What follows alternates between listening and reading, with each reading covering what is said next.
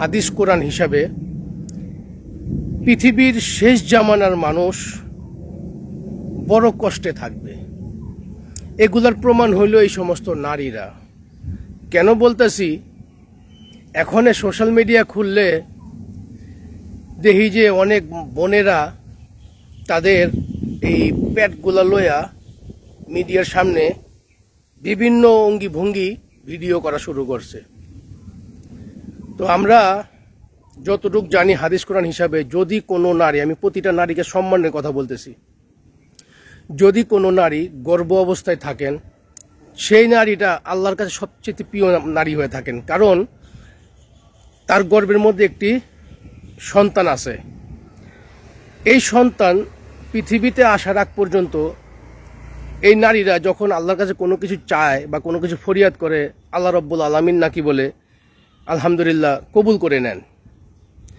আর হাদিস কোরআন হিসাবে আমরা যতটুকু জানি, কোনো নারী গর্ভ অবস্থায় বেশি বেশি কোরআন তেলাওয়াত করে, নামাজ পড়ে, ইবাদত করে, সেই প্রভাবটা তার সন্তানের উপরে পড়ে।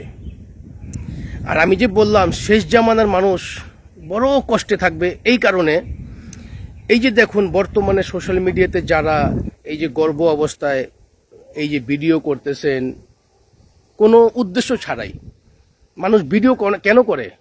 কেউ ফানি ভিডিও করে হাসার জন্য, কেউ শিক্ষামূলক ভিডিও করে। কিন্তু এই সমস্ত ভিডিও দেখি জানি না আমাদের সমাজের কোন কোন বোনেরা কি শিখবে আমি জানি না। তো ভিডিওটা বেশি পরিমাণ শেয়ার করবেন এই জন্য, আরে আল্লাহর বান্দিরা, আল্লাহর তাআলার শ্রেষ্ঠ নিয়ামত হলো, শ্রেষ্ঠ মাখলুকাত হলো মানুষ। এই যে আপনার গর্ভে যে সন্তানটা এখন আল্লাহ রাব্বুল আলামিন সুস্থ অবস্থায় রাখছেন, ভালো রাখছেন, আপনি বেশি বেশি ইবাদত করবেন, ফরিয়াদ করবেন, সেই প্রভাবটা আপনার সন্তানের উপরে পড়বো। এই যে এখন আপনি মিডিয়া জগতে টিকটক করতেছেন, ফেসবুকে ভিডিও আপলোড দিতেছেন, ইউটিউবে আপলোড দিতেছেন, আপনার সন্তানরা যখন এই পৃথিবীতে আসবে, তারাও যখন বড় হবে, তারা এই সোশ্যাল মিডিয়া নিয়েই কাজ করবে। কারণ তাদের প্রভাবটা কি এই মোবাইল জগৎ দিয়েই পড়ছে। কথা রং না রাইট অবশ্যই কমেন্ট করবেন।